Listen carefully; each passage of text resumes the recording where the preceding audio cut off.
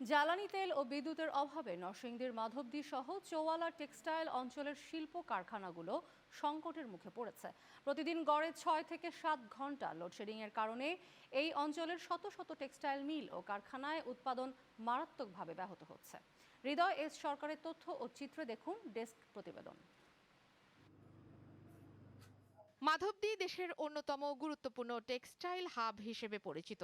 সুতা, কাপড় ও তৈরি পোশাক শিল্পের মাধ্যমে স্থানীয় চাহিদা পূরণের পাশাপাশি রপ্তানি খাতেও গুরুত্বপূর্ণ অবদান রাখে এ শিল্পনগরী। তবে চলমান বিদ্যুৎ ও জ্বালানি সংকটের কারণে এই শিল্পাঞ্চলের উৎপাদন সক্ষমতা আশঙ্কাজনকভাবে কমে গেছে।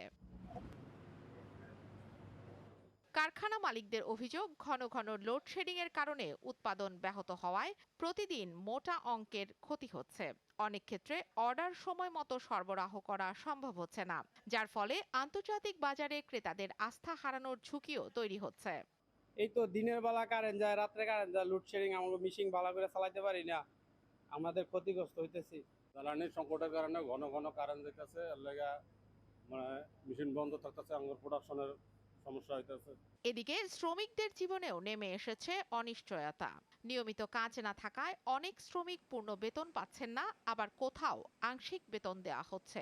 ফলে শ্রমজীবী মানুষের পরিবারগুলো অর্থনৈতিক চাপে পড়েছে। উৎপাদনে ব্যাহত হওয়ার কারণে আমাদের শ্রমিক যারা আছে ওদের মজুরি কমে যাচ্ছে, কারণ ওরা সবাই মূলত আছে প্রোডাকশনের কাজ করে।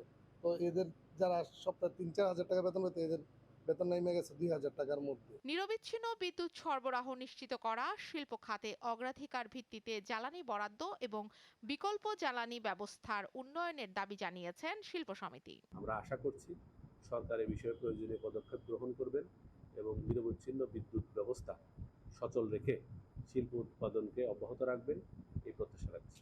বিশেষজ্ঞদের মতে পরিস্থিতির দ্রুত উন্নতি না হলে নরসিংদীর ঐতিহ্যবাহী টেক্সটাইল শিল্প বড় ধরনের বিপর্যয়ের মুখে পড়তে পারে, যার প্রভাব পড়বে জাতীয় অর্থনীতি, কর্মসংস্থান এবং রপ্তানি খাতে। Channel 9 news desk.